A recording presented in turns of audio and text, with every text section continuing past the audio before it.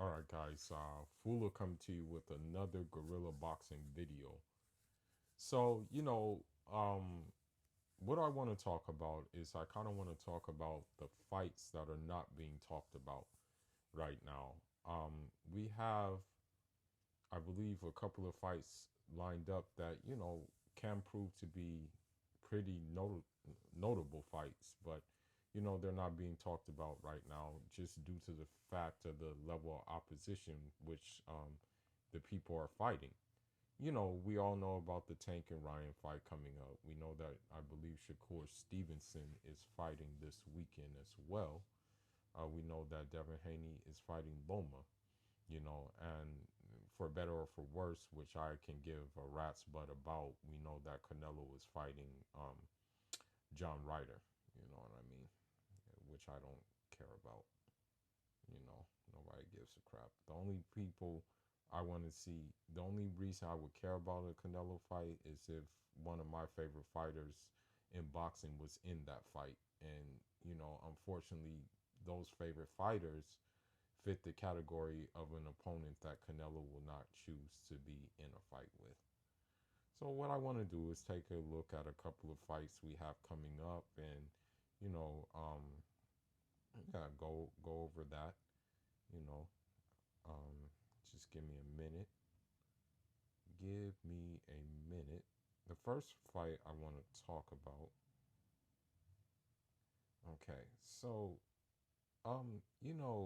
the thing is, this is the only thing I'm worried about.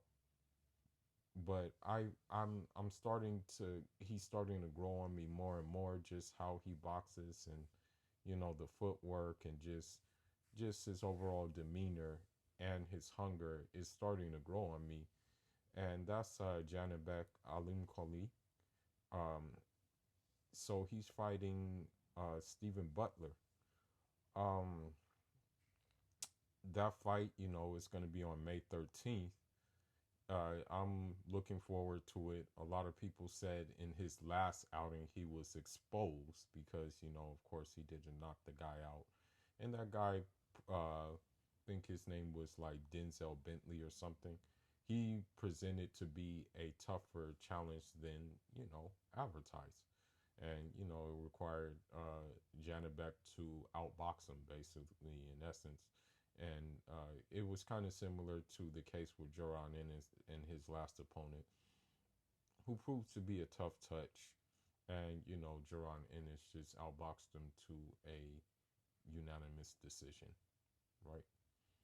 Now, there is another there is another factor that comes into mind here that hopefully 160 will pick up in terms of excitement.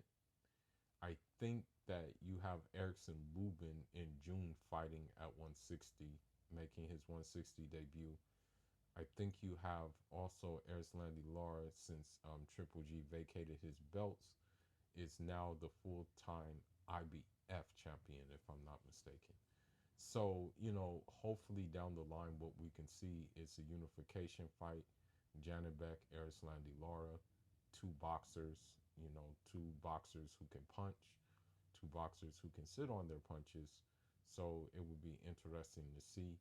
The thing is about Erislandy Lara is that, he is 38, I believe, but he still is keeping himself up, training smart, and living a disciplined lifestyle, which ensures him that he can, still box at this point, So that's the good news about him, practicing discipline and professionalism. So that's a good fight down the line. I really don't think that Jamal Charlo has any interest in fighting the guys at 160 at this point. As a matter of fact, I don't know what Jamal Charlo's interest is right now. Um, I don't know what the WBC even has planned for Jamal Charlo, because of the simple fact that he's been holding that belt hostage for quite a while. And his last title defense, if I'm not mistaken, last title defense, he fought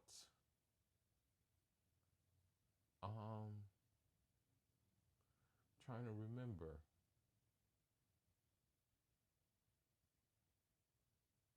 I think he fought that guy named Sergey Derenchenko.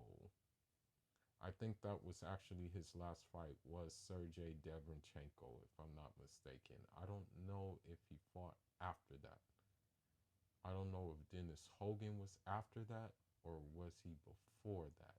But um yeah, I think that was his last fight, man.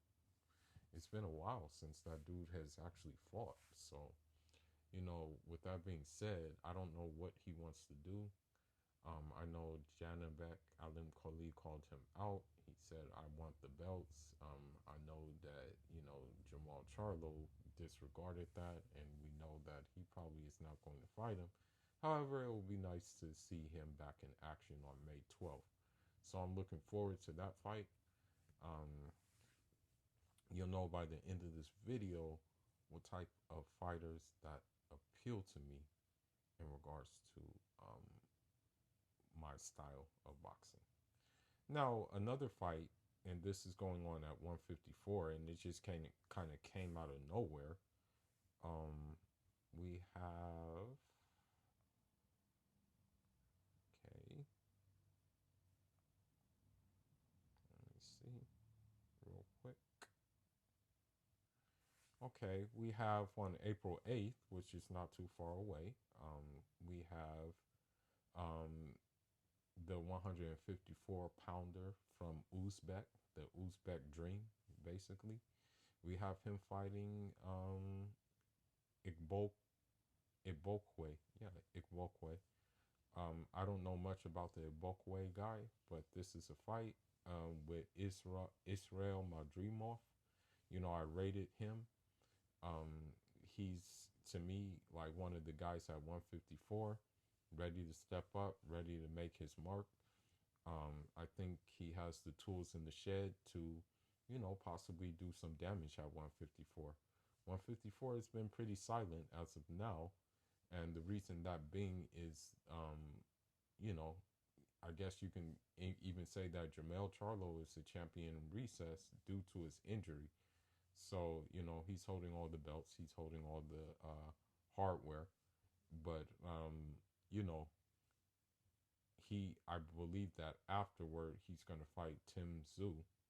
So the fact that he has all the belts um, means that these guys got to stay active. And Israel Madrinov, I think honestly, if he did move to 160, it wouldn't be really a great advantage to him because let me see how tall he is, because those 160 pounders are lightweight, kind of tall. But let me see how tall he is real quick.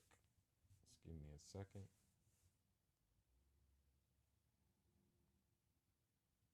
I just want to look to see how tall he is. So he's like 5'9", and that's about average height, you know. But those guys are kind of a little bit bigger.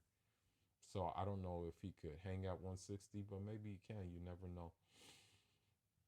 So I'm waiting for that fight. I'd like to see him fight. He has a good style. You know, in the younger, in his previous fights, I guess you can say um, I guess, raw.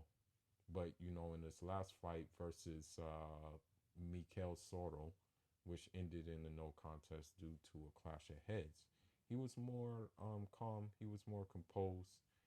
He did still throw those looping shots and still do those kind of things, but it was just more of a composed level. So I look forward to seeing him, and I look forward to seeing how much better he has become. So that's another fight that I am looking forward to, that not a lot of people are talking about, but indeed, it's still a fight that I am looking forward to watching. Now, last but not least, um, the fight, of course, that I am looking forward to, and this may be a challenge. This may be a tougher challenge than people think. I think they're kind of like, I think they're kind of like under, I think they're underestimating this who he's fighting, but because it could be um, it could be a tough fight. I'm telling you, it could be a tough fight for him. You know, it could be one of those fights where the fighter makes him look dirty. You know, where the fighter just makes it out to be an ugly fight, and it's not gonna look good. But we have David Morrell, and David Morrell, Asvari David Morrell Jr. is going to fight. Um, Let me see. Asvari David Morrell Jr. is fighting Sine Abeko. Um, 27, 2, um, 21 knockouts. Uh, and yeah, man, that could be a good fight because, yeah, with a lot of these unknown fighters, you're wondering where they got their knockouts out. Um, so, you know, it, it's it's still gonna be good. It's still gonna be a good fight to me. Um, I don't know where this Sina Abeko is from, what part of Africa he's from, but let me check. He may be a Ghanaian fighter, it sounds like. Let me see. Yeah, he's a Ghanaian fighter. He's, you know, again, this may be a tougher touch. I've never seen him fight, but he could prove to be a tough guy. You know, he has a pretty good knockout ratio. Um, I'm looking at his resume. I don't really see a name of note on there because I mean, let's be honest. There's not a lot of 168 pounders of note, so I don't expect to see that. But yeah, man, David Morrell, good fight for him. It's good that this guy agreed to the fight. Shout outs to him because it's very hard for David Morrell to get fights. But one thing I want to say is that hopefully this fight is going to be the tune-up fight, and then we can get David Morrell versus David Benavidez. Because there's been some back and forth between both sides, and I think that back and forth wasn't as serious as the Caleb Plant back and forth between David Benavidez and him. But it's still nonetheless been some back and forth, and I would be looking forward to that fight. I mean, that to me personally, seeing that David Morrell is fighting in on the Tank Davis undercard,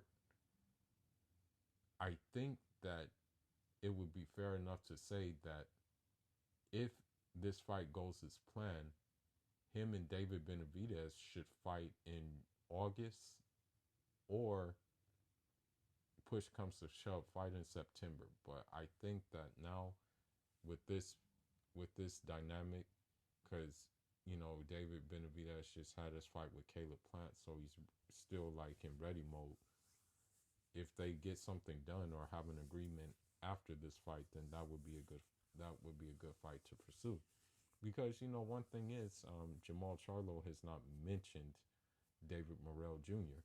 The thing is that with David Morrell Jr., I don't know what Jamal Charlo is doing, but when I checked on social media, he was hitting the pads with Derek James. So I don't even know if he made the switch in trainers. You know what I mean? So that wouldn't get in the way of that fight happening. There wouldn't be anything that can keep that fight from happening, like conflict of trainers or anything like that. So yeah, that's the most likely fight. I mean, Caleb Plant's not going to fight him due to the simple fact that you know, for obvious reasons, Caleb Plant said he wants the best in the top names, and I'm pretty sure he doesn't look at David Morrell as a top name. I'm just going to be honest with you. Although in my opinion he's a top name. But yeah, anyhow, Leave your thoughts and leave your comments. Some good fights coming up, and Fula signing out. And Jada.